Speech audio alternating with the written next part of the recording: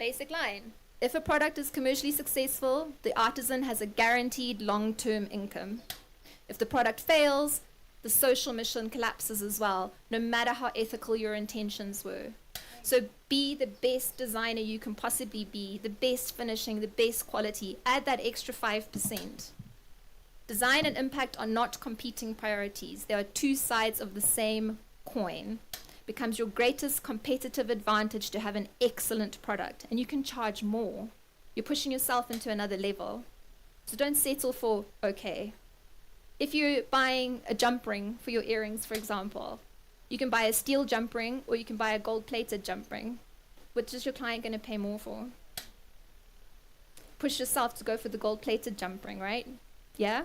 If you're sewing and looking at your fabrics, like for example, the shui shui here, you can buy the Chinese shui shui, but this is 3-catch shui shui from South Africa. It only comes in a 90 centimeter width because it's a traditional trading cloth, and it's actually 15% acid wash before it goes out to the clients. So it has this incredible handle and feel to it. When I'm selling that, I can tell that story. I don't have to say, oh, I got it from China. Instead, I can tell you this incredible story about trade and history and how people were paid in cloth and how that's the history of Africa. Yeah? So it costs more, and we get a lower, the rating is much bigger, obviously, but we do it. Christie, I just want to add, everybody here that's doing what they do as well, is the consistency. If you're talking about seeds, you can have the best products, you've got all your beautiful designs, but you can't repeat that again. So all of you, if you're working with grants, you're working with money, you've got to be able to learn that you have enough resources available to you to be able to get the very best beads. These guys work with the best of the best. Our beads come from Japan, everybody. It's the best bead in the world. It's used by all the top fashion houses. And the gold that you see of the bead itself is actually gold-plated. It's called Miyuki. This is a 70-year-old Japanese heritage company. And we did a lot of investigation, or Gail did, into what the best, what the best product is. And you can see the difference and the quality. I mean, like you guys are wearing beaded lanyards. They're not made with these beads. Do you want to have a comparison? So I'm saying you've got to be able to repeat. You've got to be able Yes. Do you have enough of that stock? Can you find enough of that material to produce 20 of it?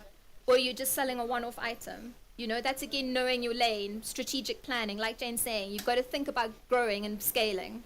And even if you have 1 or 2 or 3 products that you know you can repeat a lot of, rather go deeper On those than having 10 million products that you can't actually, you don't have the money to support them and to be able to make them at that time. As creatives, we have so many ideas. It's how to choose those right ideas, the strong core ideas, and make your money from those. And an interesting question that came up when I was researching all of this was, if you dropped your lowest earning product from your brand, where would you be? Would you be survivable? Would you be in desperate straits? Is that your main product? So it's really good to look at your range of products that you're selling, and if you can drop that one, get rid of it and add an egg one on the other end, you know? So look over your range. Look over your range. Bread and butter is important, but the right kind of bread and butter. It's got to still make money for you, yeah? Okay, so product innovation. This is something that Zimbabweans are incredible at. The equivalent of this is called making a plan. Okay, we all make a plan every single day.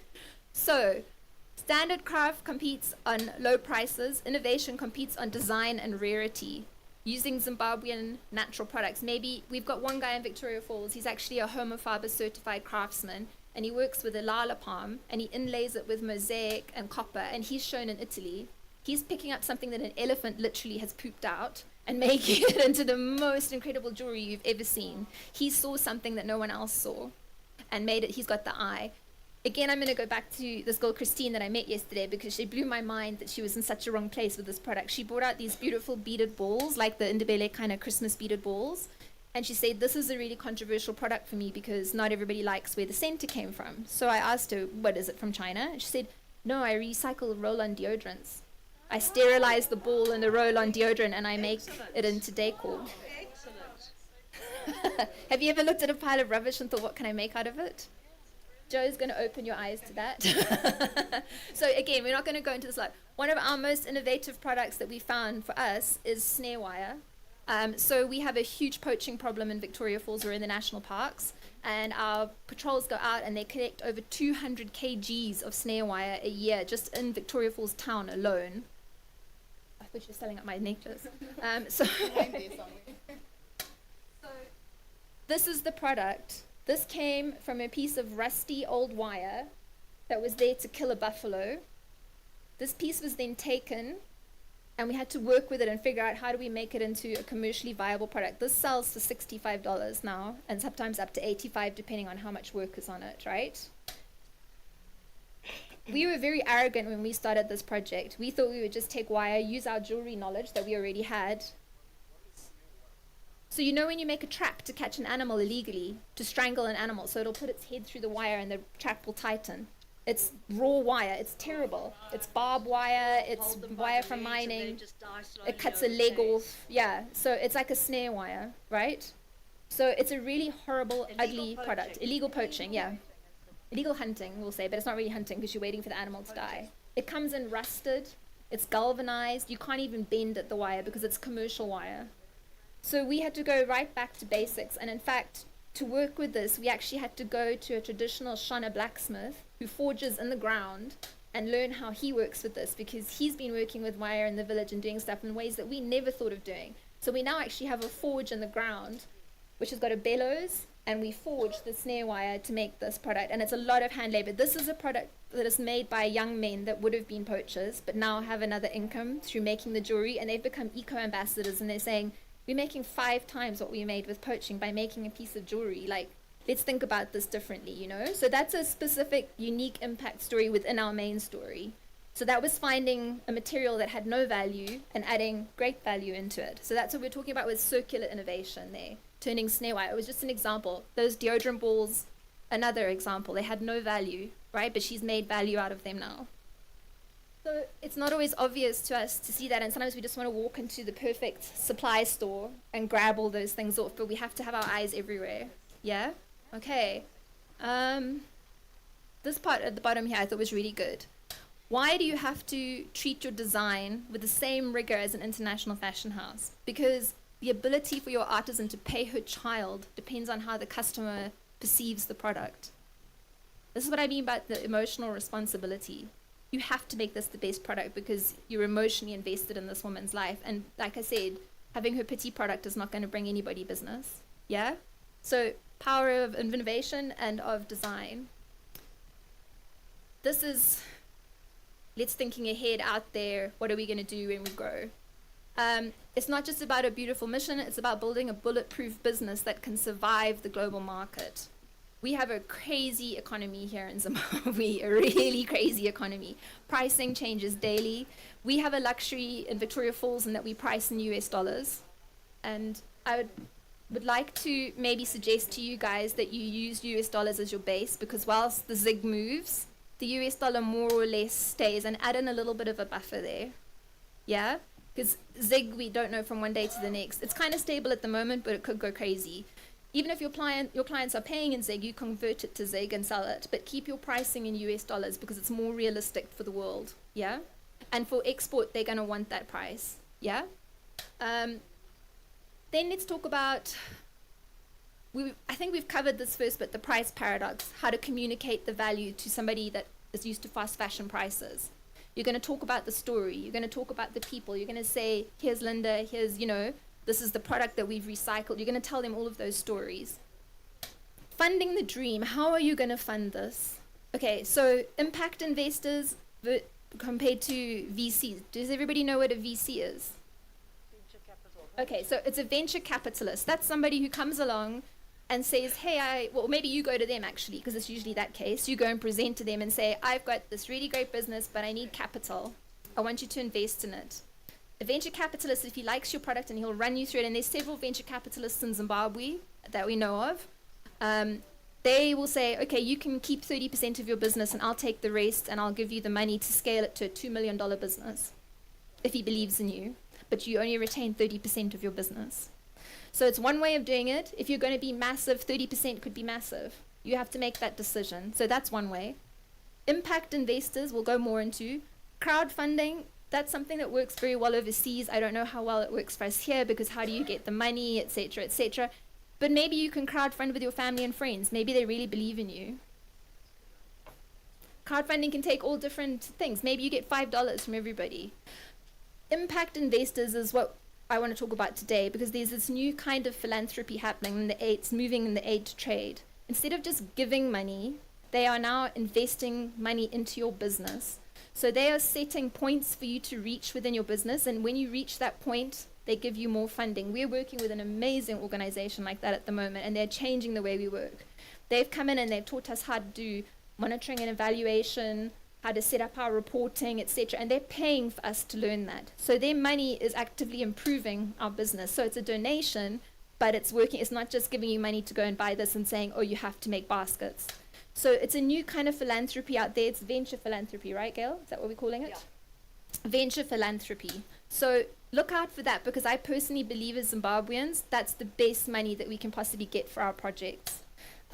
It's something very new. And if somebody comes to you with a donation, maybe suggest that to them, because also the other thing is they've committed to us for several years. So we know we can plan for that amount of time. We've always got that money coming in. It's not just a one-off donation. So that's another way of looking at it. Again, sorry. Sorry, no, I just want to say that the venture philanthropy is what they give you that you don't have to pay back in cash. You have to reach targets, and you have to have a business model that they're taking you to. So it's capacitation building, and there are more organizations out there doing it now. It's not just money to run your business. They actually build, they're partners in the business with you. And I think that for us, that's been the most successful that we've worked with anybody. We've had people give us donations, and then they've gone away. We never heard from them again, or promised and it didn't come. But this has been... No, they're just building our business. Necessarily in the business. They're philanthropists. Yeah. They capacitate you to. Yes, capacitators. Perfect, Jackie. That's the great answer. Again, design IP, we all know about this. This burnout prevention, guys, that's so important. You have to know, and I think Jackie can talk about, does everybody know Jackie from Miracle Missions? They're one of the most incredible charities in Zimbabwe, and she takes on everything. So burnout is something that is going to happen when you are working in a social impact business. It's devastating, because you are seeing people that are at the lowest of the low. Maybe you're working with women who've been trafficked, maybe our education side. And you can't save everybody, but you can do what you can in the hopes that someone else comes along and then they do what they can, and we all pay it forward. So be prepared if you're going to go down this model, that you know the emotional weight you're going to be carrying, and give yourself some time out from it as well. It can't be your whole life. I say Gail and I work 7 days a week at night. Why the hell not? I mean, Gail is so invested that she even goes to everybody's funerals and pays everyone's hospital bills, and she can't switch off. But that's Gail. She's a philanthropist. She also has a charity that's different. Just know your limitations, because if you burn out on getting involved in everybody's stories, you can't make the product and you can't make the money. And it might seem like a really harsh thing to say, but Jackie, do you agree with me? It's very important. 100%. You've got to pace yourself, and you've got to make sure you take time for yourself. Because every day you'll have all these people that Gail deals with, or I, or Jane, or whoever. Yeah. And your capacity, don't promise and not deliver.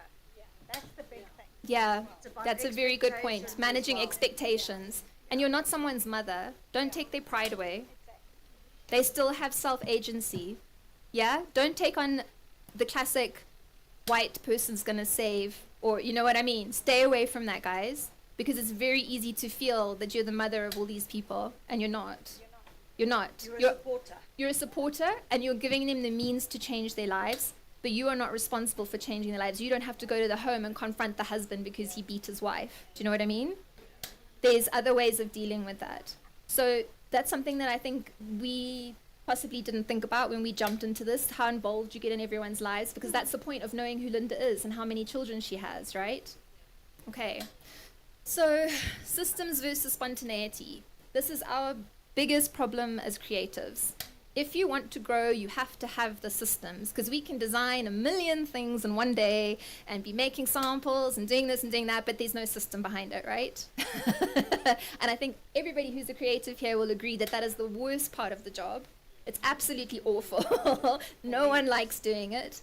Partner up with someone who does like doing it. Maybe your friend is a financial whiz, and get their advice and get their help. Sometimes it's hard to do everything on your own as well, you know? I know Creative DNA has been so amazing in teaching us all of those skills. And in fact, we've hardly discussed creativity at Creative DNA. What we've discussed is business skills, right?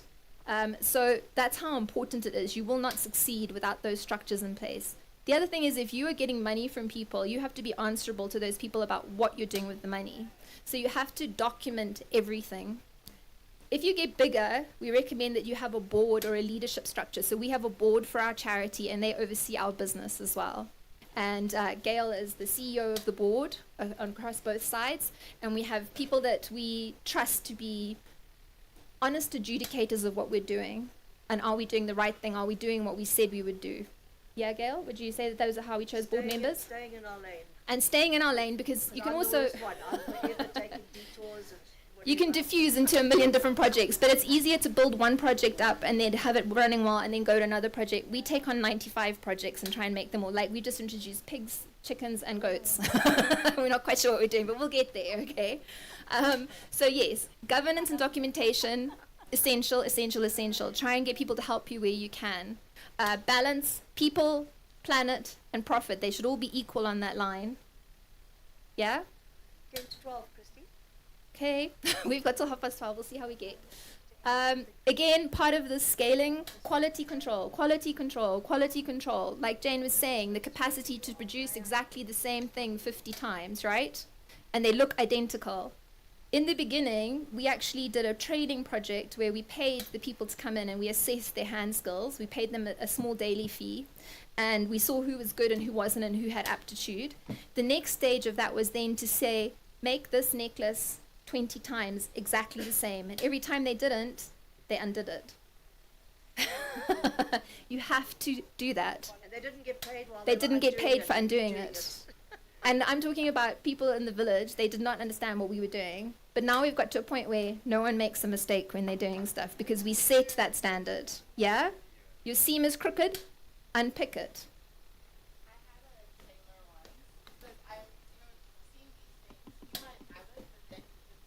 You work with will not understand, even if you drill in the SOPs and everything. So this tailor of mine would just do her own thing, and I'd say, you know, this is not it, like, and her sentence, and it used to irritate me so much. And she'd say it repeatedly, is a tailor's mistake is the new design. What? And I literally... Okay, I agree with you, but I would smash it. No, it's not. So again, so I think that's a concept about building your team. That's someone who's never going to be a part of your team. She's on her own team, right? She's on her own team. Yes, Gail? I must just add as well that every now and then, not as often as we should, probably once a month, we used to do it weekly, we give our creatives the day, the access or whatever, they make what they want. They have their own day, and let me tell you what, we found some amazing skills that we did not know we had. The one chap who was a night watchman in his previous life would stand in New York, Paris, or London as a designer. He's amazing. He's one of our silversmiths. He's also have a silversmithing business that, you know, so every now and then it's not a bad idea just to say to them, yeah, make what you think is great, because they've got a different perception as well. you should also go to budget that in, guys. That's a luxury to be able to do that. But maybe if you are building a family team, because I do kind of think of this as being like a family team. Maybe they might want to come in on a Saturday because they care about so much what you're doing. So because you're supporting them, they'll support you. And this is going to be my tearful story. I cry a lot, guys, because I get so overwhelmed by everything. Everyone knows this. But that happened to me, and I was working on a project. We had the Crocodilian Conference for the LVMH group in Zimbabwe in Victoria Falls, and they asked us to make gifts at the very last minute. So frantic design situation. Gail came up with an amazing design. It was a beautiful carved mini wooden crocodile's head that looked like it was swimming. It We found someone to laser etch the bottom with their brand, with their Métier des Arts brand, because it was kind of for that section. And then we needed packaging. So I was like, okay, let's do embroidered packaging because we've got all this embroidery skill.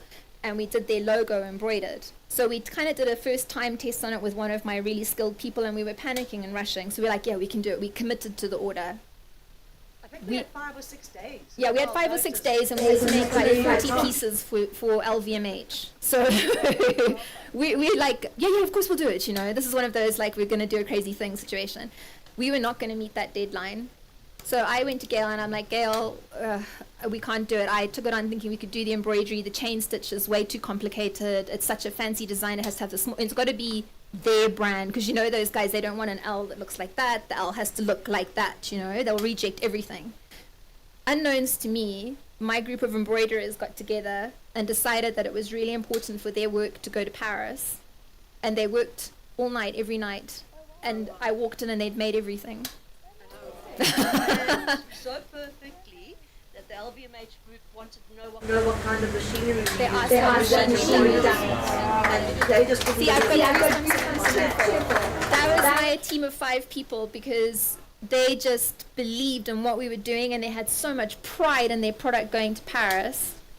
I mean, and we didn't agree to pay them overtime. They didn't ask for overtime. We gave it to them, obviously, and I gave cakes, and I was like, oh my God, I love you all. So that was what the building of the family brought. That's just one example, and we have many, many examples of those kind of things happening. So that's why I'm saying, like, I think you could do a Saturday and your team would come in. Also, giving the team the right to say you can also be part of the design is a very powerful thing. Yeah? So... Christie, I think a lot of people, particularly in my world of baskets, they don't see themselves as designers. Exactly. And I'll sit there and I'll give them a design task to do. You see how their face lights up? And they'll, well, that's what they say, I'm not a designer, I can't do that. And I'll say, Yes, you can. Yes, you can. 45 minutes or an hour. And maybe someone is really useless and makes something awful, but probably 80% will make something beautiful. They will do something eventually. Yeah. And they realize that they are actually designers. And then That changes their mindset of how they're working as well. Like Jane's saying, they can translate from paper to a product. You're elevating your artisan all the time, right? So again, finishing discipline. The difference between craft and couture is the final 5%. Precision gives you the price point, right? You must meet international compliance as well. That is what I'm saying. You have to register. You have to be part of the system. You have to register your NGO or PVO. You have to register your business. We all know it costs. They've dropped the costs recently for everything, so it's more affordable. If you can't export, you can't grow, guys. If you can't take money into your bank account, you can't deal with a shop or like Edgar's, for example. I mean, I know there's been this amazing Edgar's project that House of Stone, etc., have been involved in. How were those people paid? They weren't paid cash. Right? So you've got to be a business. That's how you've got to get your mindset. You've got to figure out how you're going to pay those costs. And it's really hard in Zimbabwe. I mean, I was looking at your profiles and how many workers you have and stuff. That's a big chunk to take out of your money to be a business and to now be registered and paying Zimmer and all that kind of stuff. But it's worth it in the long run. You'll never grow if you don't do that. Very, very painful though. Yeah, very painful. We all know that, but we just have to work through it because you cannot grow without that cement foundation. You're building a house on mud otherwise. Exactly. Sole traders, you can be collectives, there's all kinds of different things. I mean, most people, I think you have between, like, for most of the group I saw, between 1 and 8 people working, is that right? Yeah? That's kind of around where you are, and sometimes it's just solo, you're one person in your business. So yeah, go to the bank and discuss with the bank, like, what do I get if I'm a sole trader versus this? You know, go and find out your options out there. Chat to your licensing officers. Right from Zimbra. Do not listen to Gail. No. Obviously, you guys, like I said, this is the make a plan economy, right? So make the plans where you can, do what you have to do, right? But I'm not telling anybody to do it. Otherwise, Gail, we're going to get arrested by the end of today. Let me just tell you that the amount of time I spend with Gail and worrying about being arrested is very high. So I'm warning everybody. Okay, so that's the part of export readiness. This is later down the line, killing founder dependency and exit strategy. That's when you've built up enough big stuff that you need to think about this. I think at your stage now, you need to worry more about setting stuff up, but it is things to consider. Like, Gail is now getting to a point where maybe she wants to retire. Who's going to take over from her because she's the powerhouse? So she's brought her two daughters in. She knows that. She's just she's brought her two daughters in, and one is going to run the charity side and one is going to run the creative enterprise side. And it's their family foundation, and they're just as committed as Gail to the foundation. So that's their succession plan. You have to write yourself out of the job. Yeah, That's you the have to. bottom What line. if you got six for a year? What would The happen? enterprise will become You've a committed to all white those people. It still has to keep going on. You can't just stop because you're not well. So that's why I'm saying again, think about commitment. And then exit strategy. What happens to the people you're supporting if your business gets sold? Will they still be supported? So think about all those things. But that's big questions, guys. So here is some rough ideas of how to start and some practical tips. Oh, you had a question? Thank you. I'm on a roll here. I'm like looking at the time and rushing. So here are some ideas of how you can start. 5-step ethical implementation. Audit your wage structure. You know straight away that's where you're going to find where you can add money, right, to people to make it a social enterprise. Recalculate your true pricing. Look at that formula.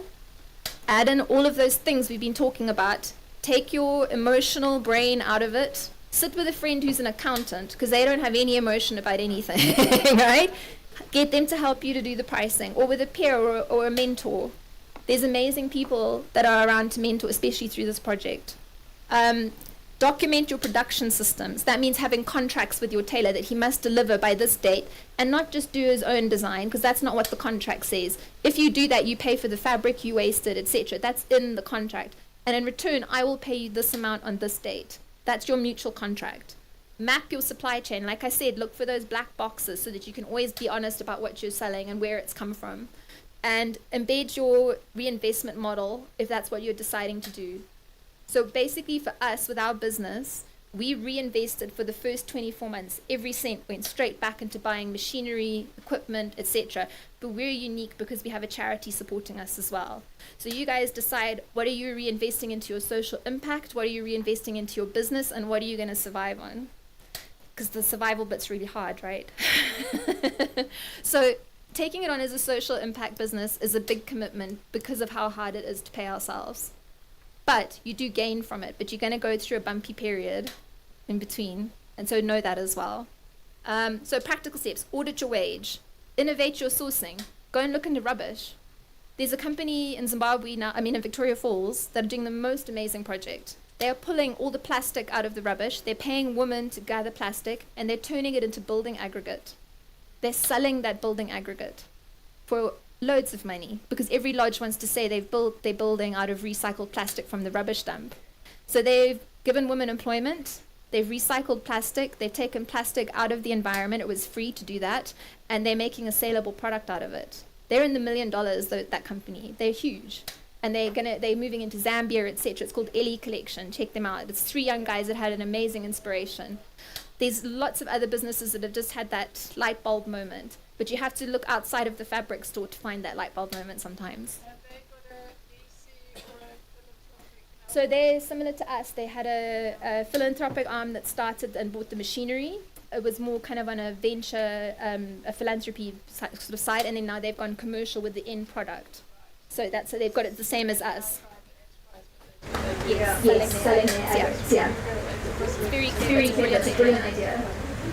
Set Defined working hours. Okay, to avoid exploitation. Nobody wants to work overtime, guys, unless you have to, right? Do you want to work overtime? No. So say our hours are 8 to 5. Within those hours of 8 to 5, I want to achieve this, okay?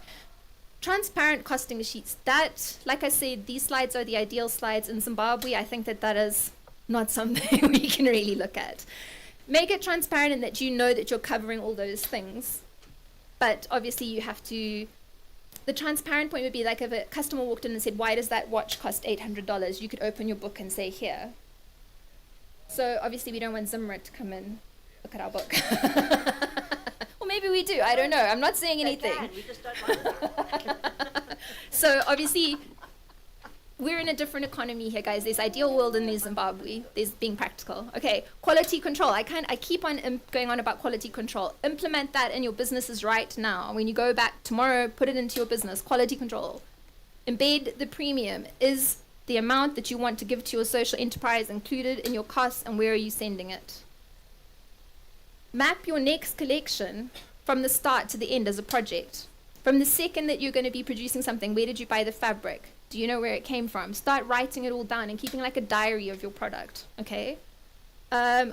Impact reporting. This is also so essential. You can say, like I can stand here and say, oh, we help ladies in the rural areas by making this jewelry. Or I could say, we have 45 people that we've employed in the last 3.5 years through this jewelry.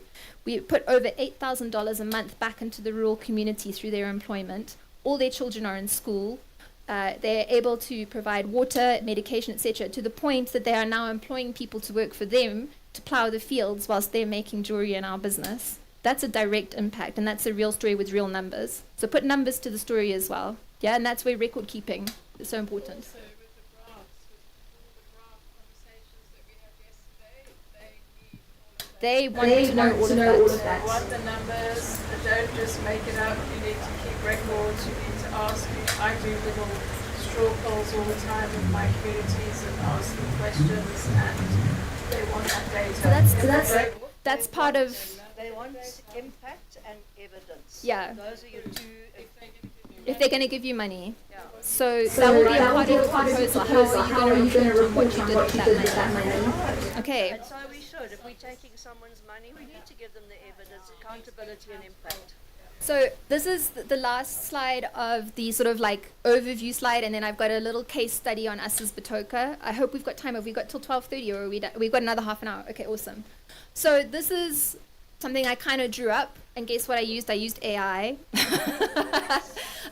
AI, guys, AI is here. It's not going anywhere. We talked about this yesterday, right? Use it to your advantage. And AI spat out this brilliant concept of social enterprise should be a regenerative flywheel, right? So they said, look at it like an engine. Design excellence is the spark that starts the engine, because you need that spark power, right? So design excellence leads to commercial success.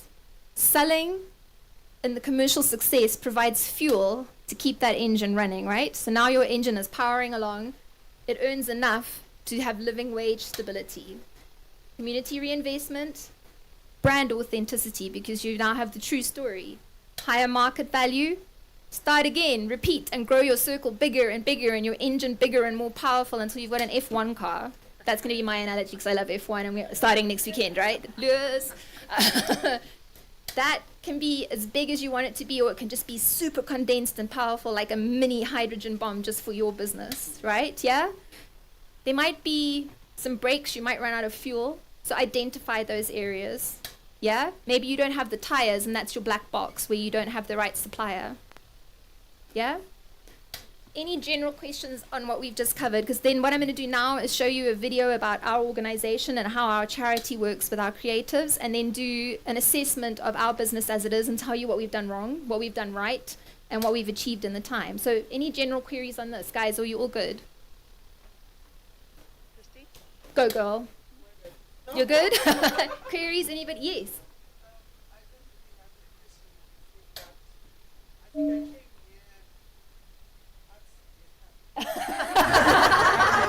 No, to be, because someone greeted me there and then directed me.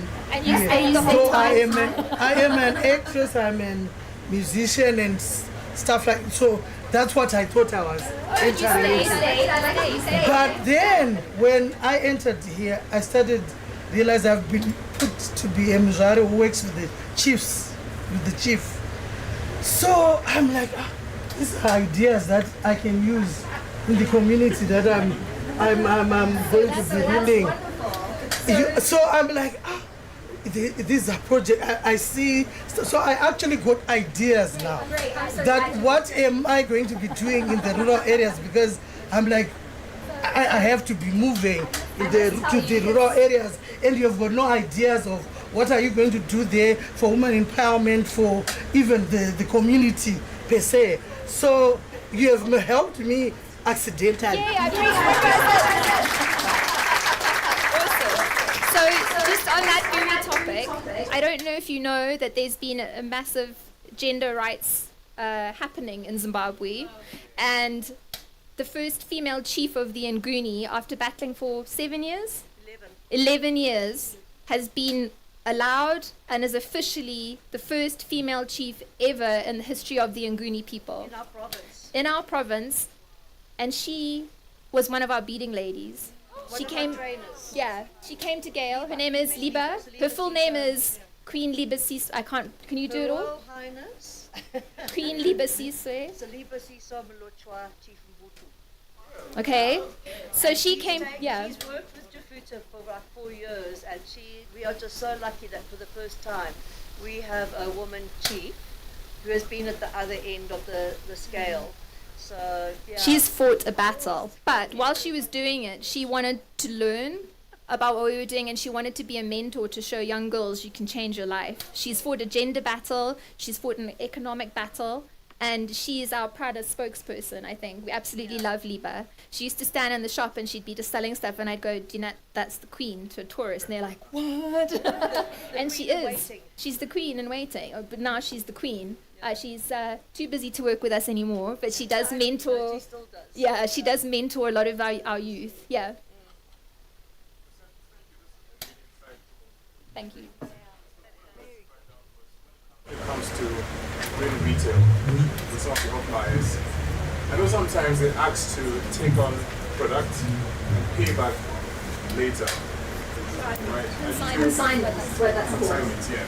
So when we were very first launching our product, We did it with people that we trust and know.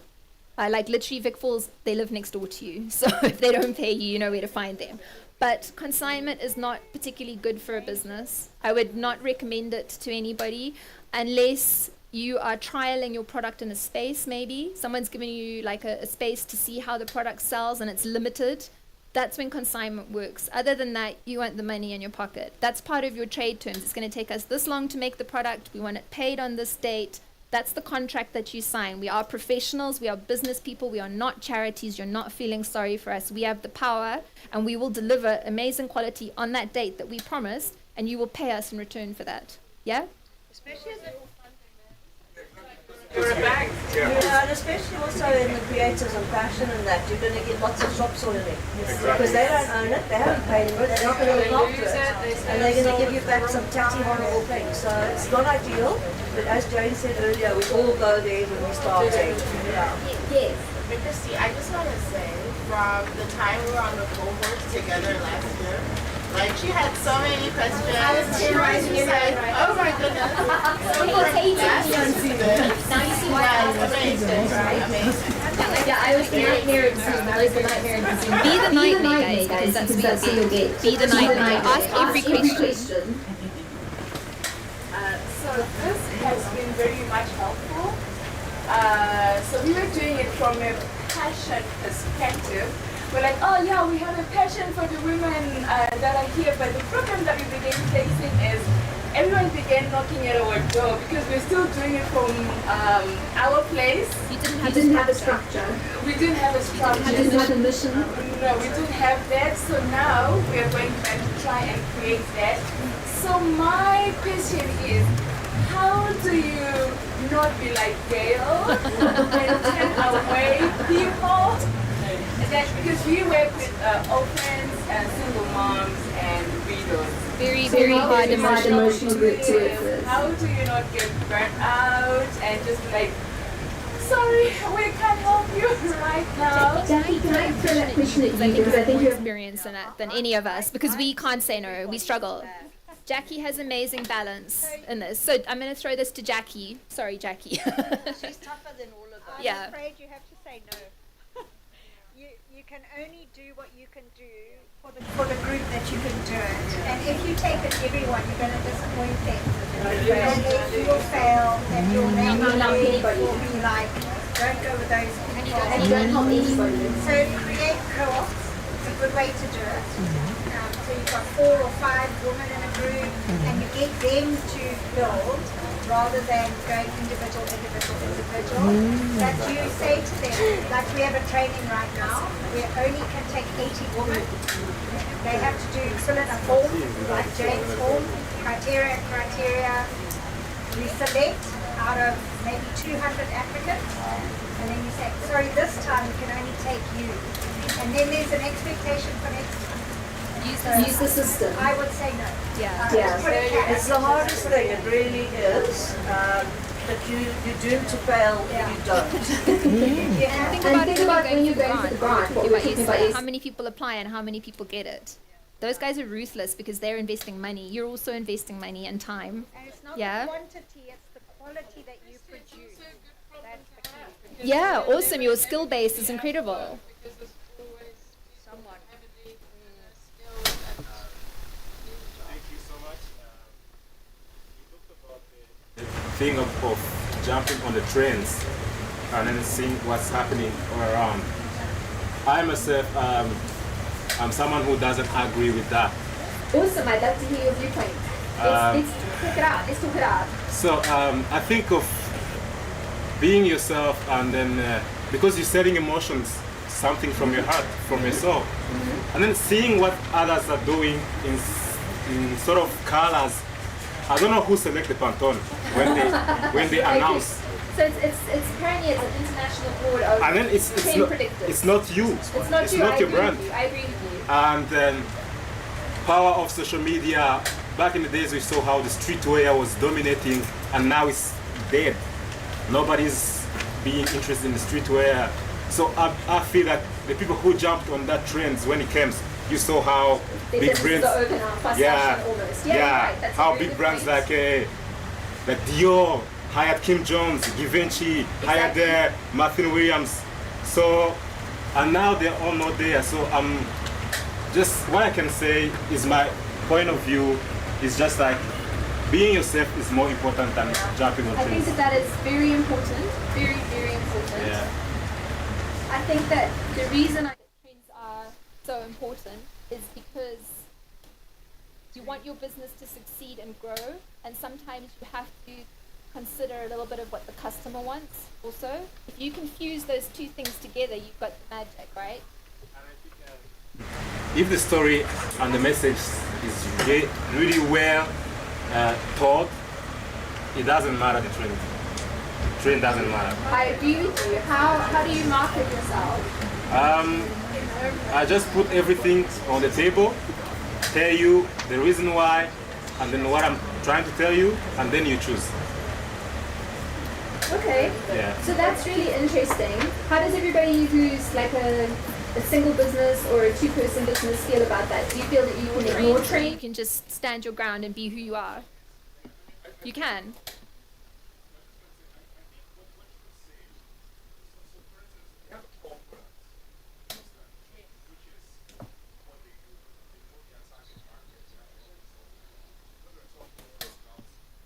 Things that you can tweak, like the colors, like the aesthetic, because obviously you're not selling to yourself.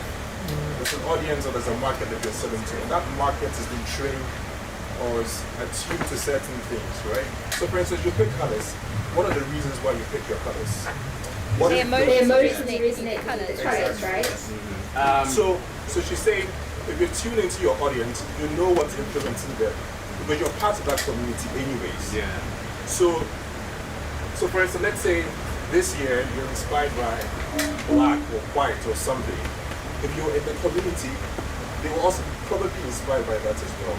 So you're sort of catering to that. You understand what I'm saying? So it's not, Yeah, being your own person is very important because that's the soul of your brand and believing in what believing you're in doing and your designs and stuff.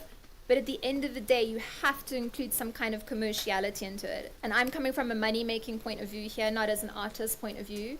I worked for Ted Baker in London for many years as a designer, and I'll tell you a huge disaster that happened there. It nearly bankrupted the company.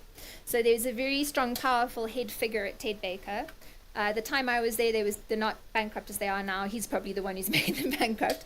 But we had 45 standalone stores and 450 suppliers that we supplied wholesale to all over the world, right? It was a big brand. My budget just on accessories was £5 million every quarter at wholesale, right? That was just to produce my wholesale. So it was massive, right?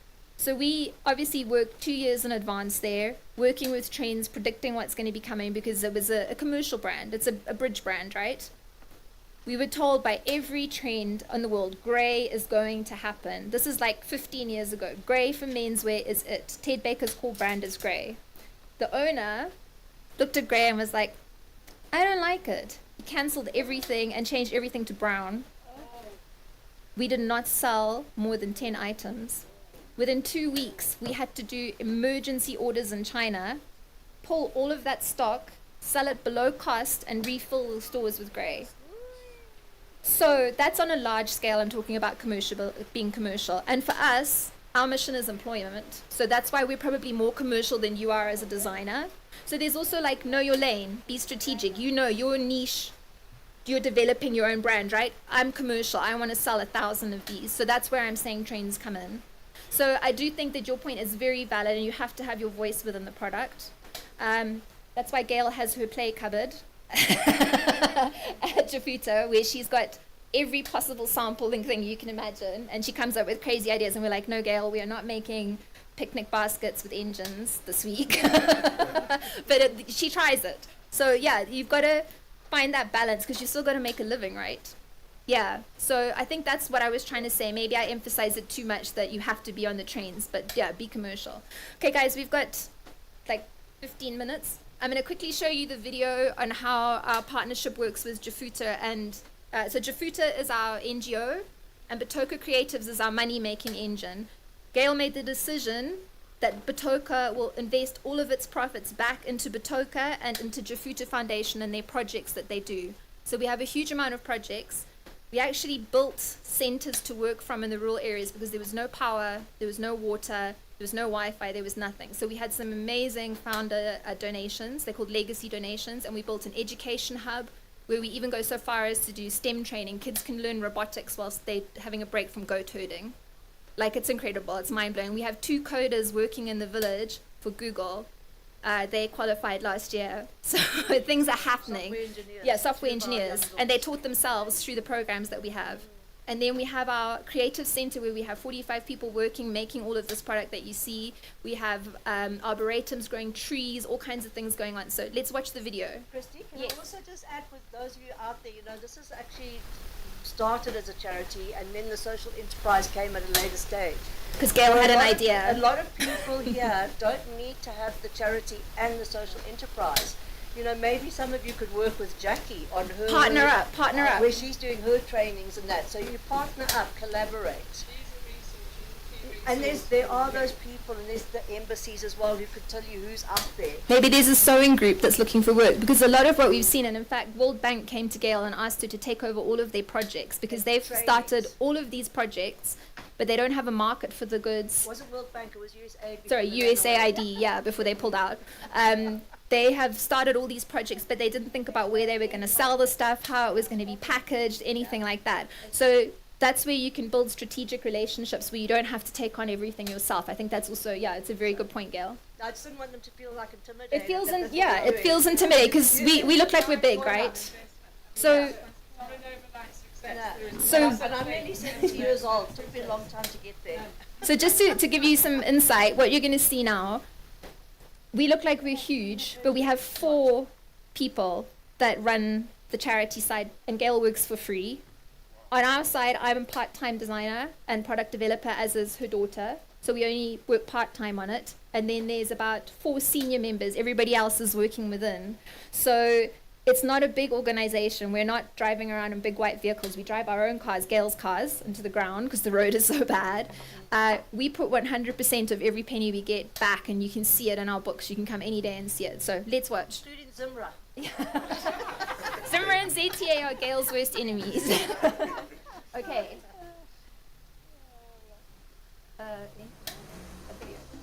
In the heart of Zimbabwe, where resilience meets opportunity, the Jafuta Foundation shines as a beacon of hope, lifting communities with joy and purpose.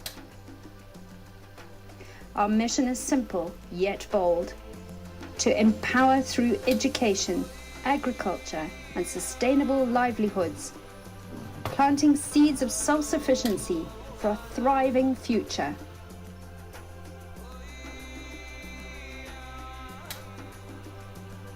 Based in the rural areas outside of Victoria Falls, we embarked on this journey when there was no hope, During COVID, no equipment, no resources.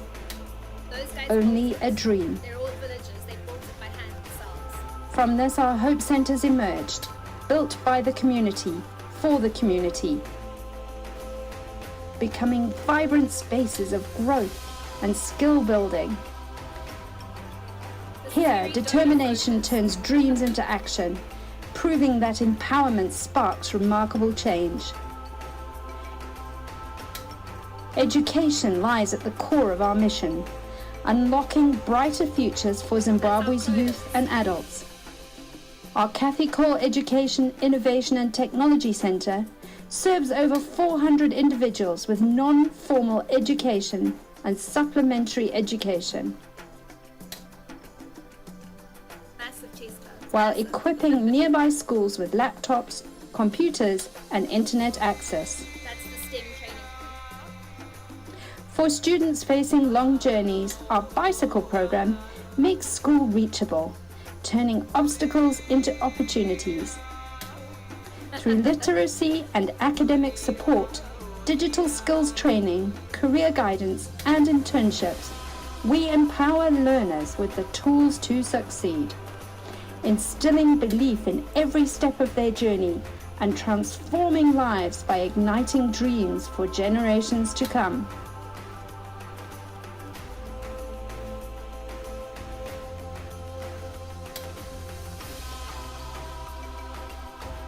Our vocational centres buzz with creativity and possibility. Artisans master crafts like sewing, embroidery, beadwork and jewellery making, using materials from anti-poaching efforts, training vulnerable communities and curbing poaching. These skills create products sold in Victoria Falls, weaving economic independence into every stitch and bead, strengthening families and communities.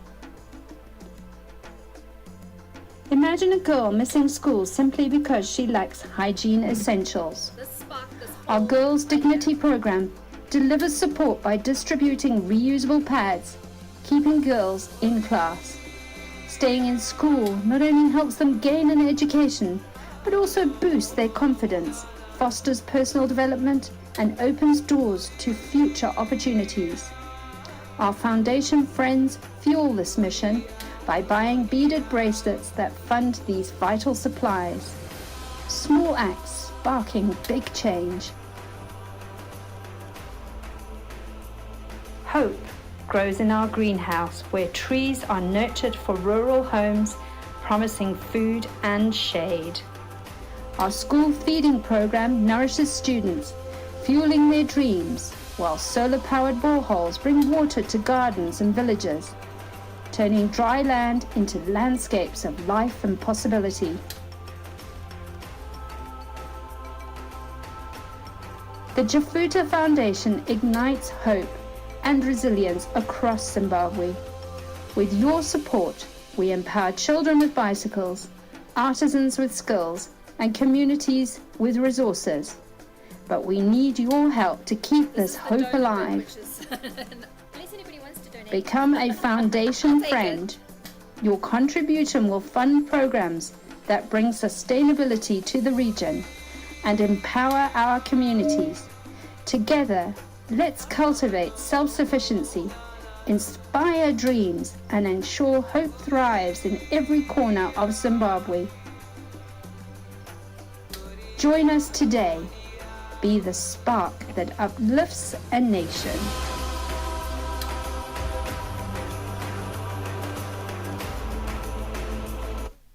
Okay, so that's Gail. This is Gail. Yeah, you deserve it, Gail. So you can see how interwoven we are with the charity. We're a unique case. Not everybody's going to be like that. But find a charity that's doing awesome stuff that you think is amazing, that you want to support, and make that your social cause. There's all different ways you can go about doing this. You don't have to try and run your own charity, run your own business when there's just the two of you. Yeah? Start small and build, because the stronger your foundation is, the better it's going to be. Okay, so this is Gail's vision and mission statement. Gail calls AI, AI and I, because she's always using ChatGPT. So basically, this is just very much an overview of what we do. You saw it in the video. I didn't want to go into too much detail about it, but we work high impact in a small area because we believe that rather than being a huge organization and spending all our money on administration, we'd rather keep it small and make a big difference in the community where we are and hope that everybody's going to take our model and just replicate it, which I think is already starting to happen. Did you know that 70 cents of every dollar donated goes to administration and the big charities? 30 cents gets to the cause. That's shocking, isn't it? So keep it small and manageable. You'll help more people and make more of a difference. Yeah? Okay. So this is how we started. Girls' Dignity product was the sort of spark to everything. We realized how many girls were dropping out of school, missing days of school, falling victims to child marriage, all that kind of stuff, simply because they didn't have access to menstrual products. Obviously, it costs a fortune to buy stuff. It should be free as far as I'm concerned. I'm all for like free menstrual products. Guys, you've got to join us on this one. Because it's a basic human right. It's not in this country, unfortunately, and it's even taxed by the government, which is also shocking. Anyway, we looked around. Gail met an amazing lady called Julie from Supportive Friends, and she is American, and she'd actually started to develop a special pad because her daughters were allergic to using tampons. So this pad was recyclable, reusable, it had a layer of hemp inside it. It was just a really great product and simple to make, and she gave us the design and said, go with it. So we started making pads. We didn't have power in the communities we were working in, so we brought in hand machines and foot treadle machines. We taught everybody simple basics, pattern cutting, and off we went. We started making product. We thought we were fabulous. We were changing the world. We were going to change Wangi. No one was using them. So we were like, what the hell's going on? Because we'd really consulted with the community. That's something we do. We talk to everybody. Turns out that underwear is a luxury in the rural areas. There's nothing to clip the pad to. So by making one simple change, that's how basic that's what we're dealing with. Like, you can't even afford underwear. That's the people that we're working with that are making this product. We now put underwear into every single pack as well. And to date, I've got my numbers on the back here. We have made 25,000 pads in 3 years. So that equivalents to over 3,000 sets to girls. So that's 3,000 girls having the opportunity to stay in school and just in our area. And within that as well, there's now become a home industry where people are making them and selling them as well to older women, etc., because they've learned the sewing skills. So that was our spark. That was the spark that ignited our engine. We saw that if you just give people a little bit, tools, it can go anywhere. And our sewing project started because people were already sewing. So we had the core group of tailors that were working with us, and we brought in somebody to start sewing with them, and boom, they took off, and now they're making a whole homewares range. And they're making cushions and aprons and hats and all kinds of things. Anyway, so that was one of the products that sparked us. We also, in the beginning, we didn't have a center to work from. We were working under a tree. We were using very small groups and paying them that daily training wage that I was talking about. So we paid $5 a day, I think, for people that wanted to come in and see if they had the skills to do what we wanted to do. We wanted to assess the skills pool, because that's also very important. You can teach people to do stuff, but if they have a natural inclination, they're going to love it. They're going to be faster. Their quality is going to be better.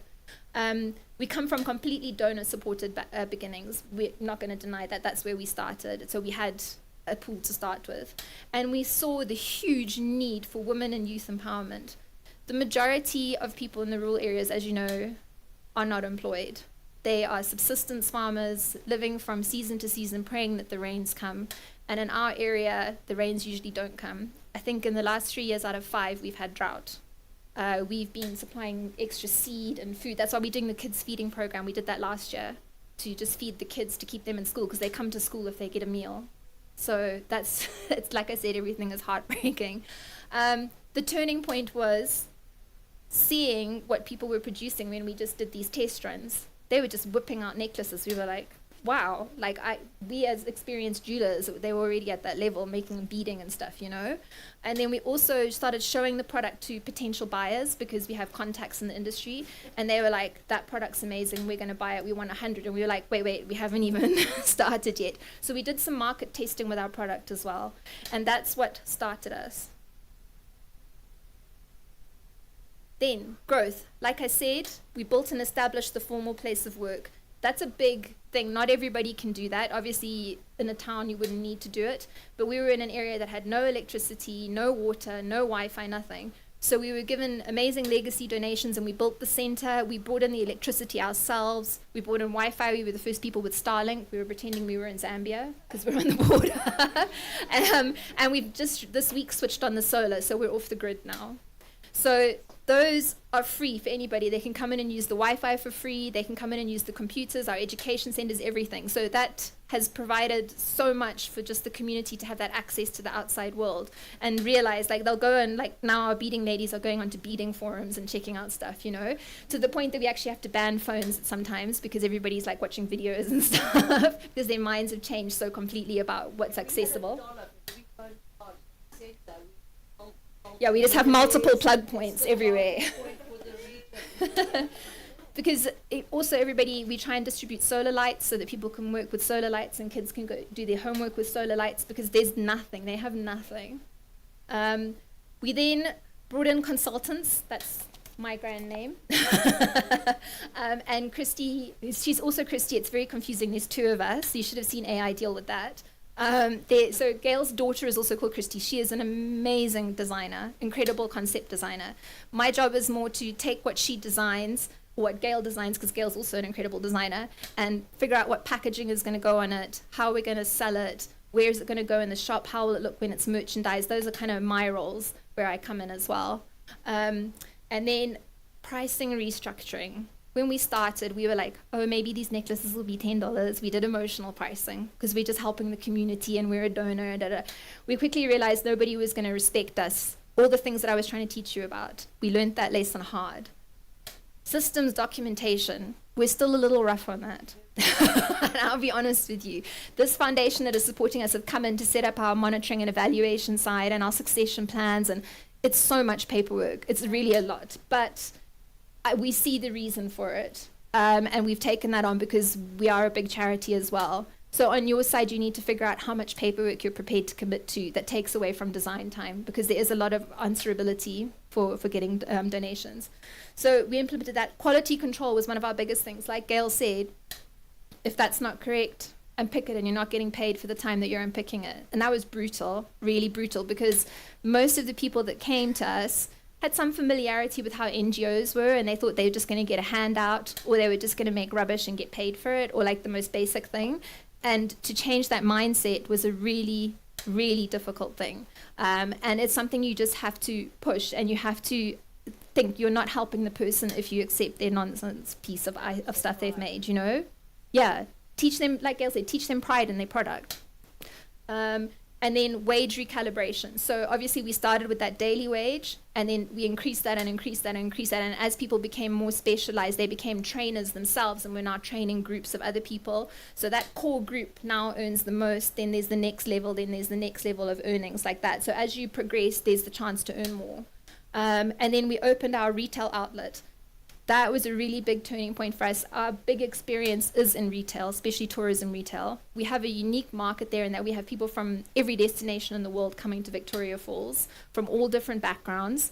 And we've used the space to tell the story. We have ladies in store making the pieces. You can actually see them being made. They're ladies from the village, and you can meet them and talk to them about their story. We have information boards, we have documentation on all the product, like I said, and we also show it in an international setting. It's beautifully merchandised, you know, it comes in a really nice bag when it's sold, all of that kind of stuff. So it was our testing ground in a way, the retail space, and it actually earns us a really decent income, right, Gail? So it's become a really, yeah, it covers most of our overheads. But like I said, we reinvested all of that back, and we just keep reinvesting back. So we're growing exponentially more than you would if you were also taking a profit out. So don't use us as a benchmark from that point of view. So here's where we are today. So this is the list of all of our workers, and you'll see there's a big emphasis on women's empowerment.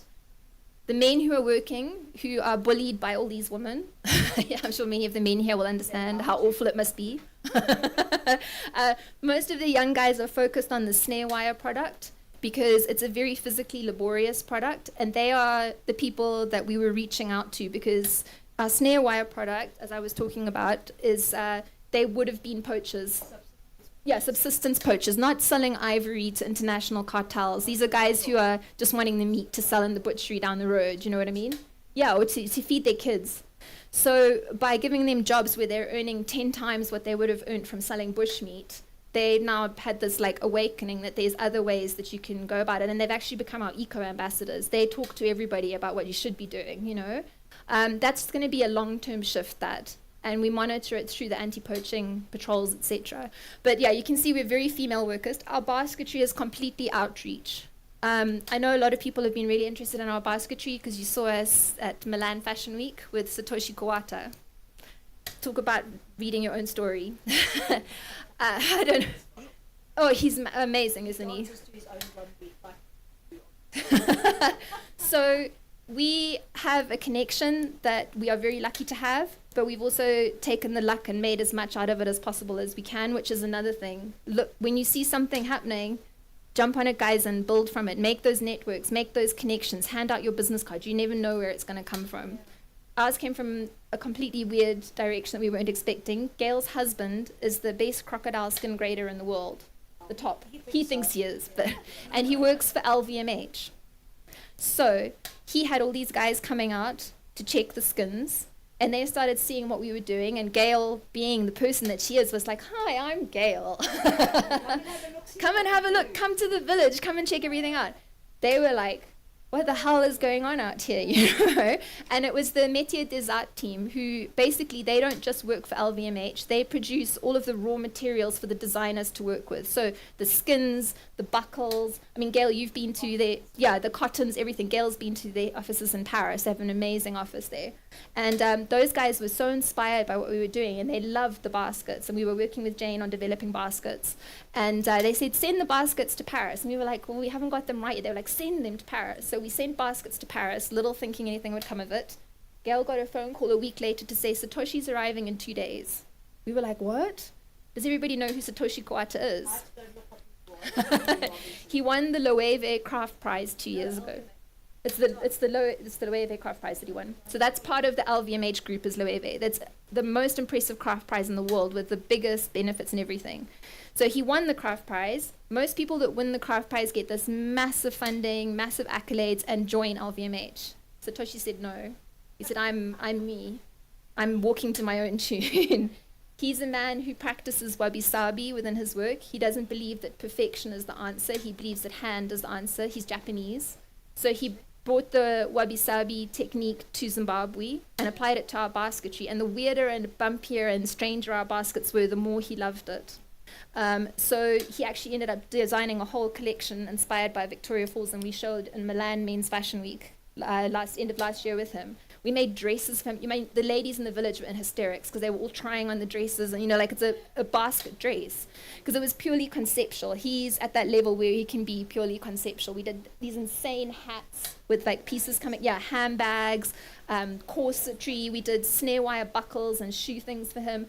That was just a pure creative expression, and it was like, do what you want. Hats.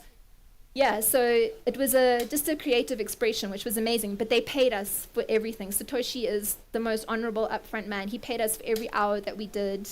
He came and met every single person that was making basketry, and that's how the outreach was established. So those ladies now don't work at the centers. They come in when they need to, but we give them an order and they make it and bring it in. We want to move our model towards that. We want people to be their own agents, not us supporting them.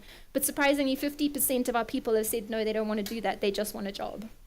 So I think we will always keep that part of the project going, and then we will also have another 50% that wants to start their own businesses, and that will be giving orders to them. Sorry, Christie, can I just talk a bit about that relation? What blew them away about what we were doing in the rural areas was entirely by the human hand, and they say that is true luxury. They reckon that's from the biggest design house in the world, guys. The human hand is the biggest luxury in the modern world. See video, they said it was true luxury what they were witnessing. We haven't had Monsieur Arnaud come out, but we've had just below him, and we're kind of like all shaking, like they're coming to the village, And they're like, this is incredible. They've got so don't undermine ourselves. We didn't see it. We didn't see it until they started making a big deal out of it. And it was like, oh wow, yeah, okay. And they instilled that need for excellence in our products as well. They pushed us, like my ladies working all that time to do that embroidery. They're the ones that instilled spirit that. of excellence in us as well, you know. So yeah, Gail gives her time free, and she gives 24 hours of every day. This woman does not sleep, so don't give her your number or expect WhatsApps. So this is the change that we've worked to. This is where we're working at now. Most people, in fact everybody, is at least more than double in 3.5 years of their wages. We work a 5-day working week because we worked with the village and asked them what they need time-wise. They need Saturday and Sunday. We also work a reduced hour day in acknowledgement of women and men in their home life. So we give an extra hour to the men and 2 hours to the women because they have their children, etc.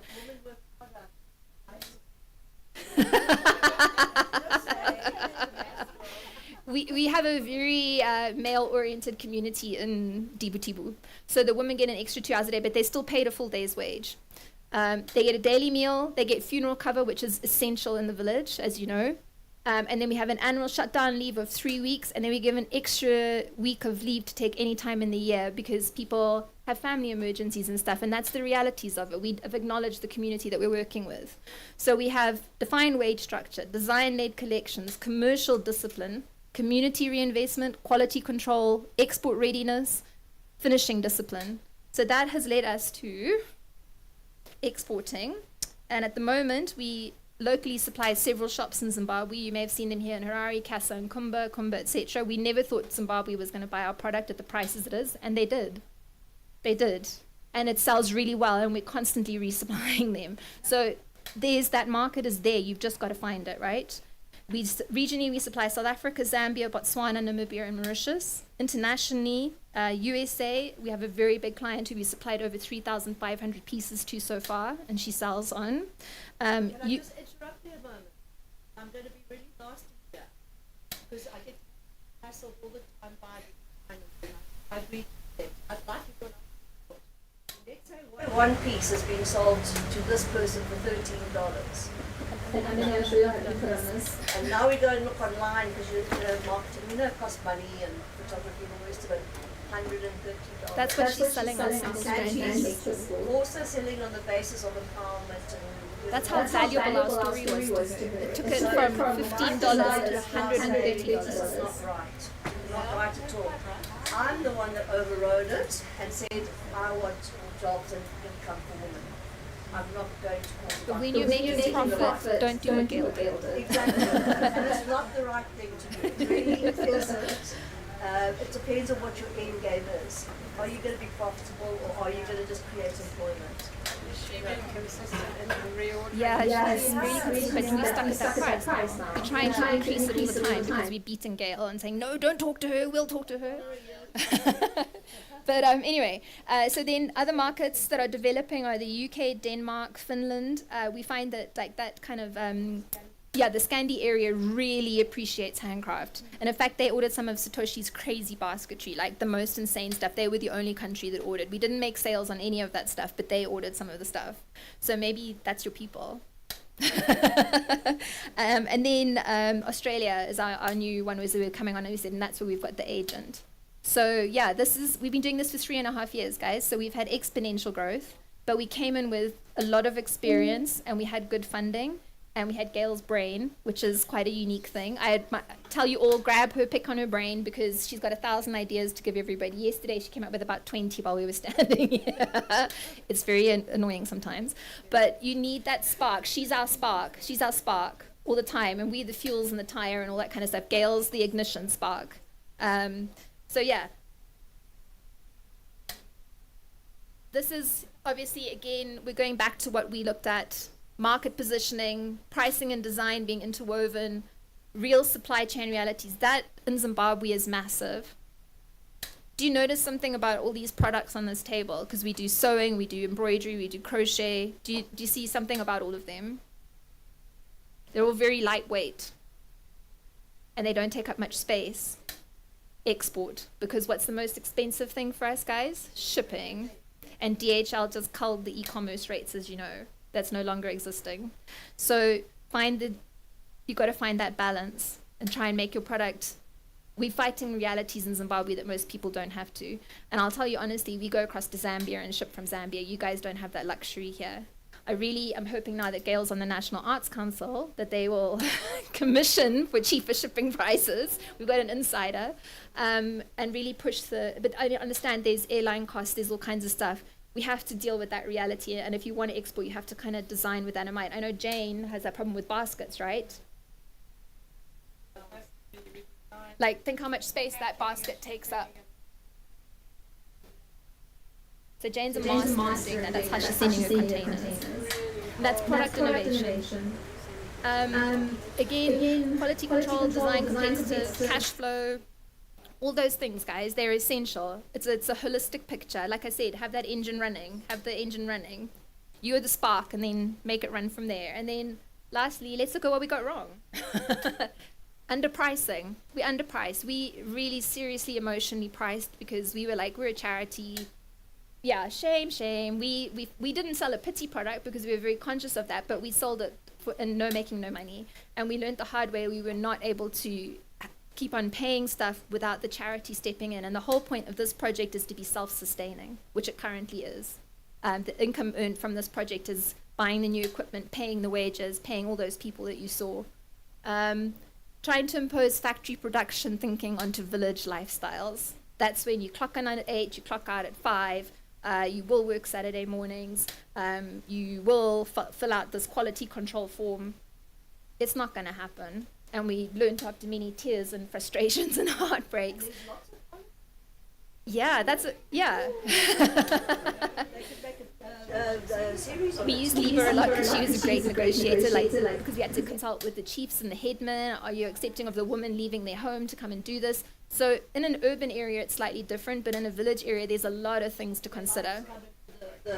Yeah. And we also have to adapt with that. Like, if somebody very important to the village dies, our entire workforce is going, So we've built that in. We understand the limitations of that now, and we've learned ways to communicate about quality control. And you'll see there's always a leader within each group, and that person gets it. And once they've got it, they can translate it to everybody else. It's sometimes hard for them to be a leader, so you really have to empower people to be leaders as well. That's a whole other section to this.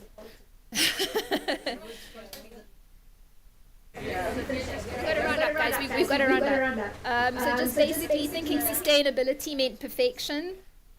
Sometimes you just got to start, guys. Gail always says, just do it. She's like Nike's biggest advocate. Just do it sometimes. You don't have to be perfect. You can make it perfect down the line. Just start. And there's nothing perfect, wabi-sabi. Nothing is perfect, right?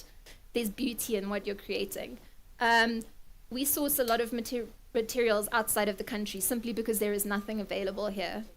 That's a problem, and it's something that we're actively working on. I don't know what the answer is because I don't know where I'm going to get this bead from at this quality if I don't get it from Japan.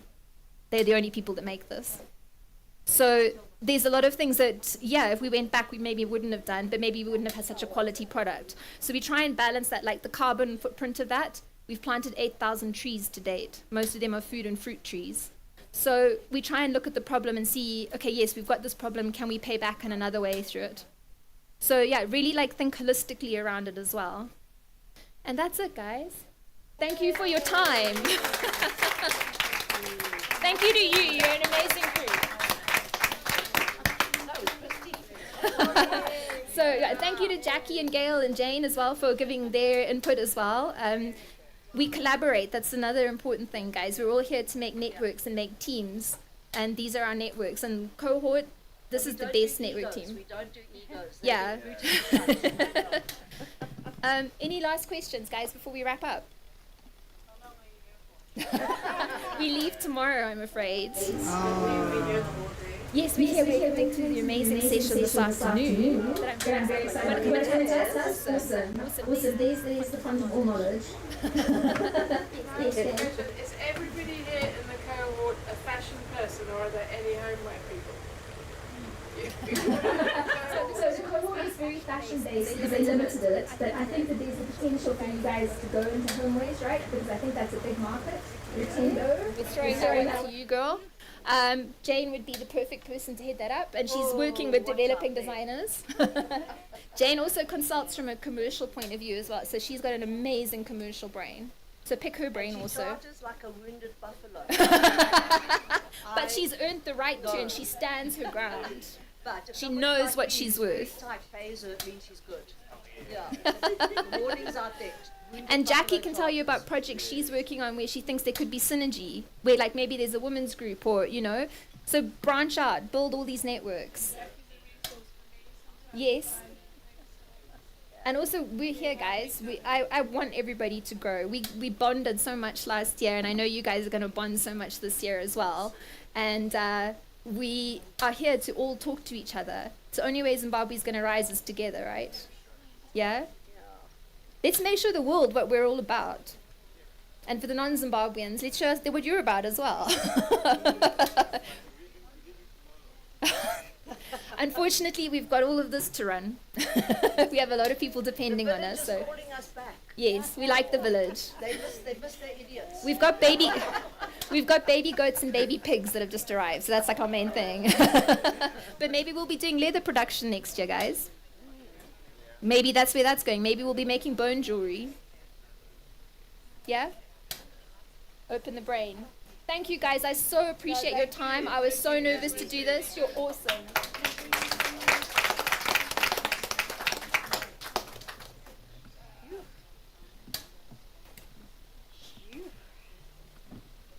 Suddenly when you stop listening, it gets hot.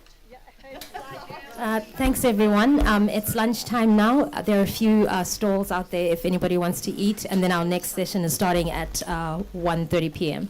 We'll see you then. It's Amene, which is so... Yeah, guys, you have to come to the next session. This lady is going to...